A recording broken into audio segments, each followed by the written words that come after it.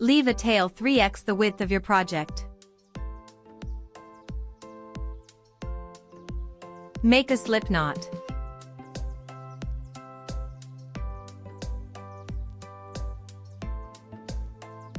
Yarn tail at the back, working yarn to the front. Grab both strands and hook them around your pinky.